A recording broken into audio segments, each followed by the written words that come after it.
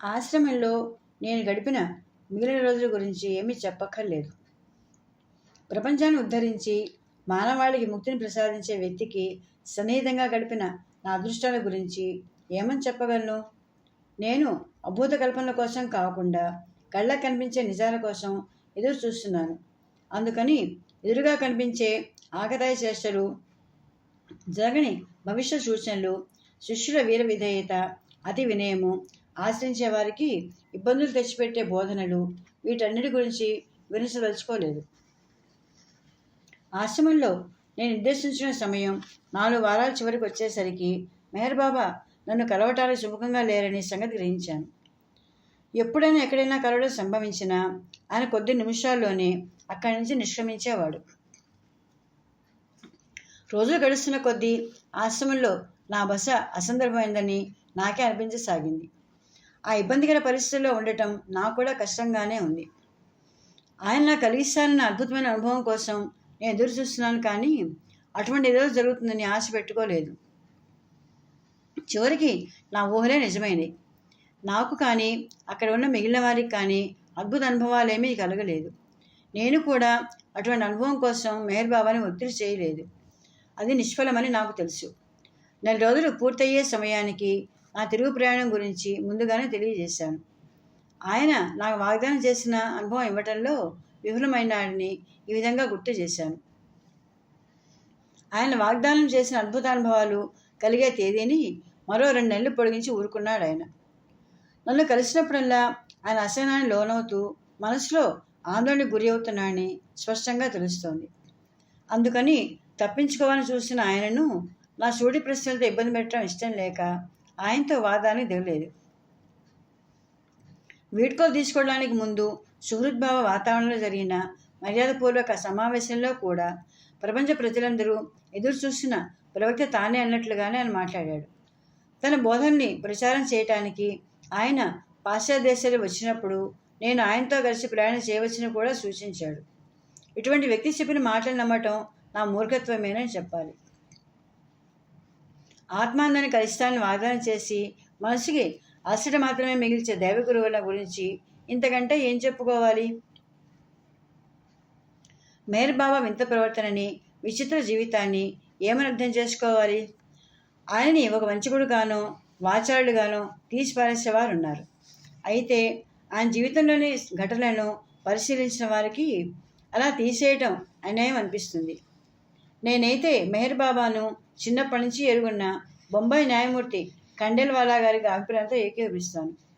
మెహర్ బాబా ప్రజలు తప్పుగా అర్థం చేసిన ఒక నిజాయితీపరుడైన సామాన్యుడు అంతే అన్నాడు ఆయన. ఆయన వ్యక్తిత్వాన్ని పరిశీలించి చూస్తే కానీ నేను చెప్పేది మీకు బోధపడదు.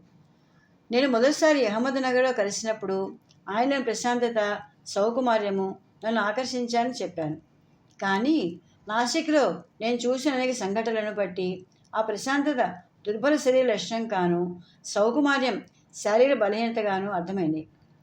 చుట్టూ ఉండే పరిస్థితుల వల్ల, వ్యక్తుల వల్ల అమితంగా ప్రభావితమయ్యే స్థిరత్వం లేని వ్యక్తిత్వం అయింది. శారీరకంగా చూసిన ఆయన చిన్న గడ్డం ఈ లక్షణాన్ని సూచిస్తుంది. ఆయన వ్యక్తిత్వంలోని మరో లక్షణం అర్థం కాని అసంకల్పిత ప్రవర్తన. స్వతహాగా ఉద్వేగపూరితమైన వ్యక్తిత్వం అయింది. అద్భుతమైన ప్రదర్శనలపైన, నాటకీయ పరిణామాలపైన ఆయన చూపే ఇష్టం చిన్నపిల్లవాడి మనస్తత్వాన్ని తెలియజేస్తుంది. ఆయన ఎప్పుడూ సందర్శనల కోసం తాపత్రపడుతున్నట్లు కనిపిస్తాడు. తాను చాలా గంభీరమైన వ్యక్తినని ఆయన చెప్పుకున్నా కూడా ఆయన ప్రతి పని హాస్యజనకంగానే ఉంటుందని వారిని తప్పుపట్టలేవు. నా అభిప్రాయం ఏమిటంటే, హజరత్ బాబాజాన్ అనే మహమ్మదీ ఫకీరు వనితతో పరిచయం ఆయనలో తీవ్రమైన ఉద్విగ్న అనుభవాన్ని కలిగించి ఆయన తన వ్యక్తిత్వంలో సంతులను కోల్పోయేటట్టు చేసింది. దాని ప్రభావం మెహర్ బాబా కానీ ఆయన చుట్టూ ఉన్నవారు కానీ అంచనా వేయలేకపోతున్నారు.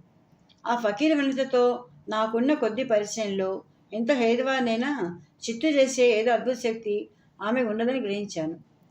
తరుణ వయస్సులో ఉన్న మెహర్ బాబా జీవితంలో ఆవిడ అకస్మాత్తుగా ప్రవేశించి ఆయన జీవితాన్ని ఎందుకు మలుపు తిప్పిందో మనకు అర్థం కాదు. దాని ఫలితంగా ఆయన ఒక గొప్ప ముక్తి ప్రదాతగా మారతాడో లేక ఒక విదూషకుడిగా మిగిలిపోతాడో వేచి చూడాల్సిందే.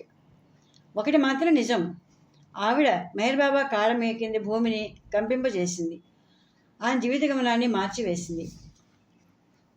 ఆవిడ మెహర్ బాబాకి ప్రసాదించింది ఒక భౌతికమైన ముద్దు మాత్రమే కాదు, తనలో అంతర్గతంగా ఉన్న మానసిక శక్తులన్నింటినీ ఆ ముద్దు ద్వారా అతనిలో ప్రవేశపెట్టింది. ఆ సంఘటన తర్వాత ఆయన జీవిత గమనంలోనూ మానసిక స్థాయిలోనూ మార్పు ప్రస్ఫుటంగా కనిపిస్తోంది.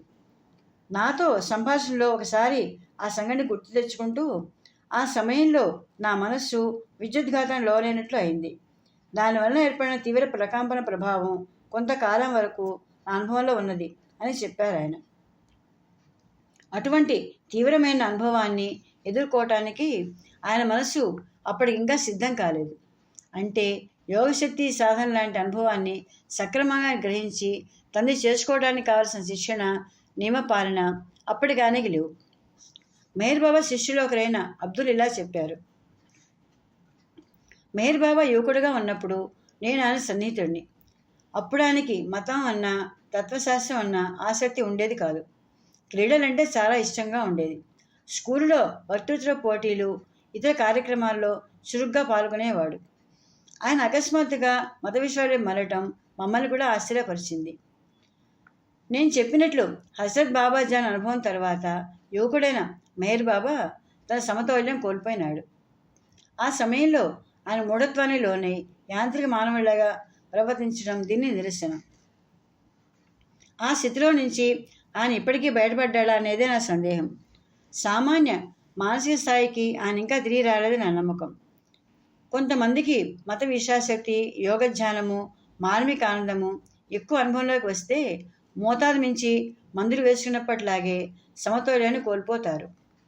దీని సారాంశం ఏమిటంటే, చిన్నతనంలోనే తనకు కలిగిన అసాధారణ అనుభవఫలితమైన మానసిక శక్తుల పతనం నుంచి పూర్తిగా కోరుకోకపోవడంతో ఏర్పడిన భావ అసమతౌల్యం ఆయన ఇంకా వేధిస్తోంది. ఆయన నడవడికలోని ఒక అసాధారణ ప్రదర్శనకు వేరే ఏ కారణము మనకు గోచరించదు. ఒక పక్క ఒక మానవికుడు ప్రదర్శించే అన్ని గుణాలు, ప్రేమ, సౌకుమార్యం, మత విశ్వాసం ఆయనలో ఉన్నాయి. మరో పక్క పారనోయి వంటి మానసిక వ్యాధి లక్షణాలు ఆయనలో కనిపిస్తాయి. తన గురించిన అన్ని విషయాల్లో ఆయన అతిశయోక్తులు చెప్తాడు. అకస్మాత్తుగా, అది తాత్కాలికంగా ఆత్మానుభవాన్ని పొందిన ఇతర మత సాధకులు కొందరిలో కూడా ఈ లక్షణాలు కనిపిస్తాయి. తమకి ఒక అద్భుత అనుభవం ప్రాప్తించిందని వారు అనుకుంటారు. అక్కడి నుంచి ఆధ్యాత్మిక ఔన్నత్య సాధన గురించి లేనిపోని కల్పన ప్రారంభమై తామే అధినాయకుడని ఒక కొత్త మత శాఖను, నూతన సాంప్రదాయాన్ని ప్రారంభిస్తారు. తమకు దైవత్వం ఆపాదించుకోవటము, తామే మానవుని ఉద్ధరించే ప్రవక్తలమను, దైవదూతలమను ప్రకటించుకోవటము ఈ రకమైన వ్యక్తుల్లో మరికొందరు చేసే పని. భారతదేశంలో యోగ సాధనలను సిద్ధించి అతీత స్థితులు పొందాలని గాఢమైన కోరిక కలిగి కూడా అవి అందుకోవడానికి కావలసిన నిరంతర శిక్షణ, పరిశ్రమ చేయని వారు ఎందరో మనకు కనిపిస్తారు. అటువంటి వారు గంజాయి, బంగు, ఇతర మత్తు పదార్థాలు తీసుకొని ఊహాజనితమైన మానసిక ఆనందాన్ని పొందుతారు. ఇలా మాదక ద్రవ్యాలు బానిసైన వారిని పరిశీలిస్తే తమ జీవితాల్లోని అతి సామాన్య విషయాన్ని కూడా గొప్పగా వర్ణించి చెబుతూ తాము చెప్పే అతిశయోక్తులు, అబద్ధాలు అన్నీ నిజాలను భ్రమపడటం వారందరిలోని సామాన్య లక్ష్యంగా మనం గమనించవచ్చు. ఇలా వాస్తవాలు గ్రహించకుండా భ్రమలో జీవించడం పారనోయియా అనే మానసిక వ్యాధి లక్షణం. అలా మాదక ద్రవ్యాలకు అలవాటు పడ్డ మనిషి దారి వెంట వెళ్లే స్త్రీ అసంకల్పితంగా తన వంక చూసినప్పుడు కూడా తన మనసులో ఏదో ఊహించుకొని మోహపారవశ్యంలో మునిగిపోతాడు. అక్కడి నుంచి అతని ప్రపంచమంతా స్వీయ ఔన్నత్యం చుట్టూ పరిభ్రమిస్తూ ఉంటుంది. తన గురించి అతిశయోక్తులు చెప్పుకుంటూ ఉంటే అతని మానసిక స్థితి సరిగ్గానే ఉన్నదా అని మిగిలిన వారికి అనుమానం కలుగుతుంది. అతని పనులు కూడా అసంకల్పితంగా అర్థం లేనివిగా ఉంటాయి. అటువంటి దురదృష్టవంతుల వ్యక్తిత్వాలు, జీవితాల్లో కనిపించే కొన్ని సమతౌల్యం లేని లక్షణాలు మెహర్ బాబా వ్యక్తిత్వంలోనూ జీవితంలోనూ కూడా మనకు గోచరిస్తాయి. ఒక ప్రధానమైన తేడా ఏమిటంటే, మిగిలిన వారిలాగా మాదక ద్రవ్యాల వల్ల కాకుండా మెహర్ బాబాలో ఈ అసమతౌల్యం ఒక అనూహ్య ఆధ్యాత్మిక అనుభవాల నుంచి వచ్చింది. అందుకని మిగిలిన వారిలాగా అధపతనం చెందడం మెహర్ బాబాకి వర్తించదు. మెహర్ బాబా తన మౌనాన్ని విడిచిపెట్టే సమయం మీద చాలా ఊహలున్నాయి. అసలు ఎప్పటికైనా ఆయన తన మౌనాన్ని విడిచిపెడతాడా అనేది ప్రశ్నార్థకమే. అలా విడిచిపెట్టిన ఆయన చెప్పేది ఈ లోకం ఆలకిస్తుందా అనేది మరీ సందేహమే. మాటలు అద్భుతాలను సృష్టించలేవు కదా. ఆయన చేసే భవిష్య సూచన జరగవచ్చు, జరగకపోవచ్చు. కానీ నాకు ఆయన మాటల మీదే కాదు, ఉన్నత వ్యక్తిగా కూడా ఆయన మీద నమ్మకం పోయింది. ఆయన చేసే వాగ్దానాలు నిలుపుకోడు. ఆయన చేసే భవిష్య సూచన జరగవు. ఆయన ప్రవర్తనేమో అహంకారపూరితము, అనూహ్యము. ఇతరులు బోధించే ఉన్నత ఆదర్శాలు ఆయన అనుసరించి చూపడం లేదు. అందుకని అటువంటి వ్యక్తి ఉపదేశాలు సహజంగానే ఎవరూ పట్టించుకోరు. ఆయన శిష్యుల సంగతి ఏమిటి? కాలం వారి నమ్మకాలను అమ్ము చేస్తుందా? వేచి చూడాలి. నిరక్షరాస్యత మతానికి అధిక ప్రాముఖ్యం ఇవ్వటం అనే రెండు ప్రధాన సమస్యలు ఎదుర్కొంటున్న భారతీయుల వ్యక్తిత్వంలోని ఈ అతి నమ్మకానికి మెహర్ బాబా ఉదంతం ఒక చక్కని ఉదాహరణ. భావోద్రేకాల నుంచి హేతువాదాన్ని, అభూత కల్పన నుంచి చరిత్రని, ఊహ నుంచి సత్యాన్ని వేరు చేసే శాస్త్రీయ శిక్షణ, ఆలోచనలు వీరికి తెలియవు. అందుకని నిజాయితీ లేనివారు, అనుభవం లేని మూఢులు, గొప్పవారిని అనుకరిద్దామనే అభిలాష కలవారు, ఈ రకమైన వారితో కూడిన అనుచరగణాన్ని పోగు చేసుకోవటం ఈ దేశంలో చాలా తేలిక. ఇక్కడనే వివరంగా చెప్పలేను, కానీ మెహర్ బాబా తన జీవితంలో ప్రతి దశలోనూ తప్పటడులు వేస్తూ వచ్చారు. ఇన్ని తప్పులు చేస్తూ కూడా ఆయన తనని దేవవంశ సంభూతుడని చెప్పుకుంటున్నాడు. మెహర్ బాబా తప్పులు చేయడం అసంభవమని ఆయన శిష్యుల నమ్మకం. అందుకని ఆయన ప్రతి మాటకి, ప్రతి చేష్టకి ఏదో అంతరార్థం ఉందని వారు అమాయకంగా విశ్వసిస్తూ ఉంటారు. ఆయన చెప్పేది గుడ్డిగా అనుకరించడానికి వారు సిద్ధపడతారు. ఆయనతో అనుభవాలు నేను జీవితమంతా పెంచి పోషించుకుంటూ వచ్చిన సందేహాస్పద దృక్పథంలోని సామరస్యాన్ని నిరూపించి నా భారతదేశ యాత్రకి మార్గదర్శకంగా నిలిచినాయి. ప్రపంచ చరిత్రలో కొన్ని వందల సంవత్సరాలుగా మనం చూడనటువంటి గొప్ప సంఘటన త్వరలో జరగబోతున్నదనే భావన ప్రాచ్య దేశాలన్నింటినీ వ్యాపించి ఉంది. భారతదేశంలోనూ, టిబెట్లోనూ, చైనాలోనూ అటువంటి భవిష్య ఘటన గురించి ఆందోళన తీవ్రమవుతోంది. ఈ ప్రాచ్య దేశస్తుల ఊహలలో, సమస్యల వలయంలో ప్రపంచం చిక్కుకొని ఉన్న ఈ సమయం రాబోయే ఘటనలకి సూచనగా కనిపిస్తోంది. మెహర్ బాబా తన లోపల పెంచుకుంటూ వస్తున్న స్వీయ మానసిక ఔన్నత్య భావాన్ని ప్రకటించడానికి ఇంతకంటే మంచి సమయం ఏముంటుంది? తమ గురువుగారిని ఒక ముక్తి ప్రదాతగా ఆవిష్కరించుకోవటానికి ఆయన శిష్యులు మాత్రం ఇంతకంటే మంచి అవకాశం ఎక్కడుంది? కానీ ఆయన నాటకీ ఫకీరు నిర్వహించే ఈ ప్రచారాన్ని అందరూ ఎలా సమర్థిస్తారు? శతాబ్దాల నుంచి వస్తున్న ఆధ్యాత్మిక ప్రపంచ సంప్రదాయంలో నిజమైన దైవస్వరూపులు ఎవ్వరూ ఈ విధమైన ప్రచారాలపై ఆధారపడలేదు. ఈ మహాజ్ఞాని భవిష్యత్తులో సంకల్పించబోయే ప్రదర్శనలు ఇంకెలా ఉంటాయో అని నా సందేహం. నా రచనల కంటే కూడా కాలమే ఆయన గురించిన నిజాన్ని మరింత ప్రభావశీలంగా ప్రపంచం ముందు ఉంచుతుందని నా విశ్వాసం. ఈ సుదీర్ఘ వివరణలో మరొక విషయం ఒప్పుకొని తీరాలి.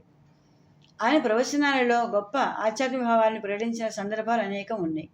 కానీ ఆయన ఈ మత విషయాలను ఆపి తన గురించి, తన ఔన్నత్యాన్ని గురించి, తన సంపదల గురించి మాట్లాడటం మొదలుపెట్టగానే ఆయనతో మన సంభాషణని అక్కడితో ముగించడం మంచిది. ఎందుకంటే మానవాళికి భవిష్యత్తులో అధినాయకుడిగా కీర్తింపడతాడని చెప్పుకునే ఆయన తన గురించి మాట్లాడటం మొదలుపెట్టిన క్షణం నుంచి ప్రపంచానికి ప్రతినాయకుడి పాత్ర ధరిస్తాడు. శ్రీ మెహర్ బాబా ఆ తర్వాత చాలాసార్లు England, France, Spain, Turkey, Persia వంటి పాశ్చాత్య దేశాల్లో పర్యటించారు. అక్కడ చాలామంది ఆయన శిష్యులు అయినారు. ఆయన అమెరికా పర్యటనలో హాలీవుడ్ సందర్శించినప్పుడు ఆయనకి రాజోచితమైన స్వాగతం ఇచ్చి హాలీవుడ్లోని 1000 ప్రముఖుల్ని ఆయన పరిచయం చేశారు.